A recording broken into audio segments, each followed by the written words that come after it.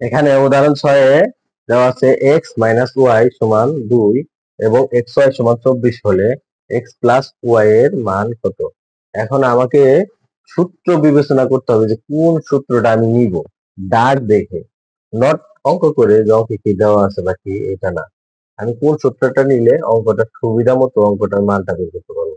প্রথমত আমার x plus Y মানে এ প্লাস বি এরকমের মান বের করতে হবে। এ মাইনাস বি এর মান দেওয়া আছে, তারপরে হলো এক্স ওয়াই এর মান দেওয়া আছে, মানে এ বির মান দেওয়া আছে।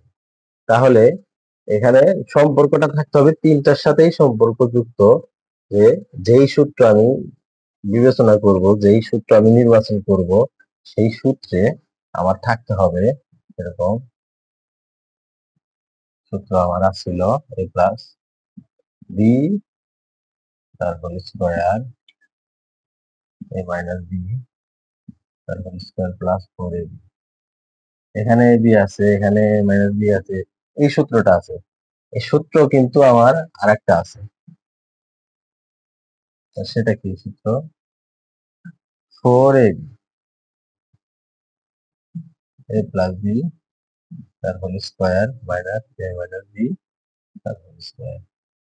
আমি কিন্তু এই সূত্রটাও নিতে পারতাম, অথবা এ বির যে সূত্র আছে, এই 4ab থেকে এ বি সূত্র আসলো, সেটা হয়তো এ প্লাস বি ভাগ 2 তার হোল স্কোয়ার মাইনাস এ মাইনাস বি তার হোল স্কোয়ার। এই সূত্রগুলা এই তিনটা সূত্রের সাথে সম্পর্কিত আছে। আমি কোন সূত্রটা নিব, আমার যে কোনো একটা সূত্র নিয়ে অঙ্ক করলে হয়ে যাবে। তো এটার ভিতরে এই সূত্রটার অঙ্কটা আমার কাছে সহজ মনে হচ্ছে। আমি এই সূত্রটা দিয়ে, বইতে এই সূত্র দিয়ে অঙ্ক করা আছে, আমি এটা দিয়ে দেখাবো। আর এটা একই সূত্র, এটা দিয়ে দেখাইলে হবে কি, সূত্র দেওয়া আছে আমার 4ab সমান হলো এ প্লাস বি তার হোল স্কোয়ার মাইনাস এ মাইনাস বি তার হোল স্কোয়ার। তাহলে এ বির মান দেওয়া আছে, এ বির মান 4 24 equal to a plus b এর মান বের করতে হবে, এ প্লাস বি এর মান বের করতে হবে মাইনাস এ মাইনাস বি এর মান দেওয়া আছে, এ মাইনাস বি এর মান 2, তাহলে 2 এর উপর স্কয়ার, তাহলে কত আসলো?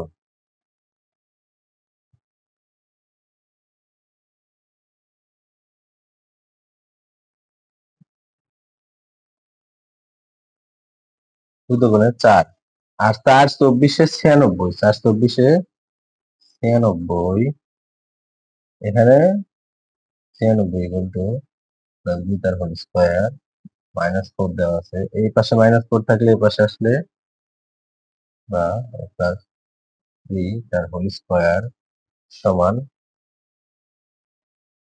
এই পাশে -4 থাকলে এই পাশে নিয়ে আসলে +4 হয়ে যাবে। 96 যোগ 4 সমান 100।